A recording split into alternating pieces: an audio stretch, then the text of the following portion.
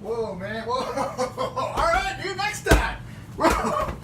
Oh, dude. I just got off the beach volleyball court, man. Thought I'd review some Yeti coolers and coolers in general. Get a little, just talk about Yetis versus other coolers. But, yeah, man, I'm realizing this is super dirty because it's actually January in Michigan and it's like a blizzard outside, and I just figured I would break this out of the garage, give this back to good old Jimmy on the volleyball court. Oh, yeah, in your face, bro. Woo! Next time, dude. Next time. I don't know why I'm pretending there's a beach volleyball court in my basement, because there isn't. So, go over the Yeti here. Now, I'm going to start doing some reviews because it's wintertime in Michigan. I'm self-employed. It's pretty boring right now because it's slow as hell. My girlfriend's at work. I'm all hopped up on Java because I'm trying to fast and I haven't eaten anything today. Trying to fast because I gained about 5 pounds over the holiday season. Just looking at myself, you can pretty much tell right in this area. So yeah, I'm trying to fast. I think maybe about 5 o'clock I'm gonna roll with a veggie patty, chicken patty, buffalo style, maybe 2, wrapped up in a tortilla, some canola mayonnaise on there, some sriracha. Looking forward to it. But for now, I'm just hopped up on that Java, and we're going to talk about the Yeti, okay? I actually have the Yeti propped up on another crappy cooler just to demonstrate, and so it stays in frame. So, bought this about 2 years ago. I was very anti-expensive coolers before that for years, because I'm like, I can't spend $300-400 on a cooler when you're just throwing food in there and you're throwing some ice, yada yada. Who cares, right? It makes a huge difference though. Let me break out this one underneath. So this is a cheaper one. Look at this thing. This is a cheap one. This is probably like $30-40. It's basically a container. Like, it doesn't hold ice. It's a container that you can put things in. If it's cold out, it'll hold ice. And this lid doesn't even do anything. It just flops off. This thing's horrible. I think this is an Igloo.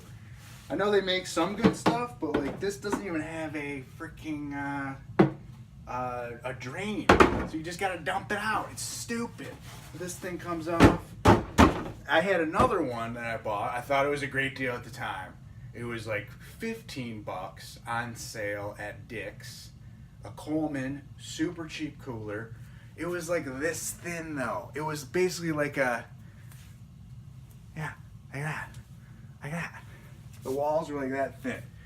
It was basically like a Tupperware container that you're putting ice and food in. Or one of those totes, you know, one of those like storage totes. You might as well use a storage tote, because that's all I use that cooler for now, is for storing stuff up north. I don't have it here, but it's so bad. The lid doesn't work. And at the time, like, $15 is great. But I used that one summer, and it was like 90 degrees. And like an hour or two later, the ice was gone. The food's all screwed up. So that was actually the summer, 2 years ago, that I invested in the Yeti.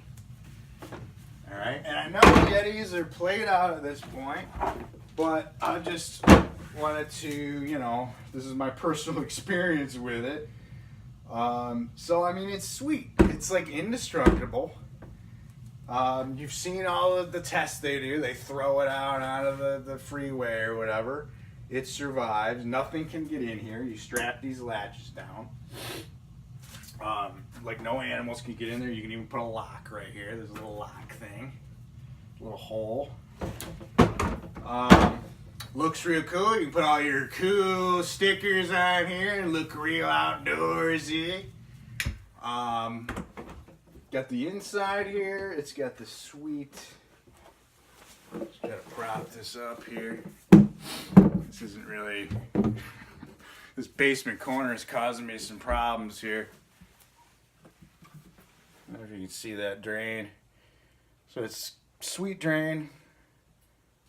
It kind of angles downward. It's got this, kind of heavy though, that's the only got this thing, unscrew it, super durable. The only problem is I could see losing this thing. I guess you can buy replacements, obviously. They're probably like $30 or something insane. So, anyway, totally worth it in my opinion. This thing was $350 at Dick's. I think it's the 45. So it's not huge on the inside. I could actually use something bigger, but because the walls are so thick, it actually takes up a decent amount of space. But I mean, it's good enough. You know, I'll go camping for a few days at a time. Nothing crazy. If you're going longer, like 2 weeks or something, you wouldn't be able to store all your stuff in there. A lot of breath from running, playing beach volleyball, hopping up down that Java, carrying this around in my basement, wearing my summer clothes. I'm out of breath. Just did some yoga. That's part of it. Just did some yoga for the first time. I did an Amazon Prime yoga thing. And now I'm like super tired and shaky. Man. Be in shape. So I'm fasting and doing yoga. January 2018. Changing my ways. Anyway, worth it. Looks cool. Indestructible. I would definitely buy one. I'm not someone who's going to spend a ton of money on stuff. I don't have an extra $350 typically to spend on random stuff, but I did for this. I think it's worth it. Good deal. Real quick, the ice. Okay, that's what I wanted to talk about. The ice, it's not some magic thing where it's going to last for 5 days. All right. It can last that long, and I've actually had ice last longer. But if this thing's hot, this is one of the downfalls. Another one is that it's heavy. Another one with the ice, if this thing's hot, okay, like if this thing's sitting in the sun and there's nothing in it, like I usually keep it in my garage, but in the summer, if it's hot in the garage and then I put ice in here, the ice melts because this thing retains heat so well. It retains heat, it retains cold, whatever temperatures. So if it's hot, you put ice in there, it melts immediately. So you almost have to like prime it, and they do tell you to do that actually. Yeti tells you to do it where before you actually go on your trip or whatever, put cold things in here. So I have, they're like lemonade jugs that I fill with water and have constantly frozen. And actually a lot of times I'll just use that as my ice. But before I go on a trip in the summer, I'll pop those in there like the night before, cool everything down, and then the ice is gonna last. And then I just throw in a couple extra frozen bottles, and it does last. So it'll last like 5 days if it's not sitting in the sun, things like that. But if this thing, okay, so let's say you cool it down, and it's like a 90-degree day, it's just sitting in the sun. Ice is still gonna melt. It's not some magic thing. It does work a lot better than like the cooler below, but yeah, it'll still melt. So you got to keep it in the shade. You still want to keep it out of the sun. I've kept this thing in my car, and you know how it gets hot in your car and ice melts. It still will last longer than like a crappy cooler, but it'll still melt. So anyway, do the priming. You should be good. But in like fall temperatures, like let's say like 50 or 40, it'll last. Like the ice isn't melting. It might melt a little bit, but even that melt water is still super cold. That's the thing with this. Even if the ice melts, that water in there is still almost as cold as ice. So you can leave stuff in there unless you have like meat or something. Another trick I did with this thing is... obviously, if you keep it full, it's going to last longer. I like cut up one of these pads here in my gear stash here. I cut up one of these crappy like little mats that I had.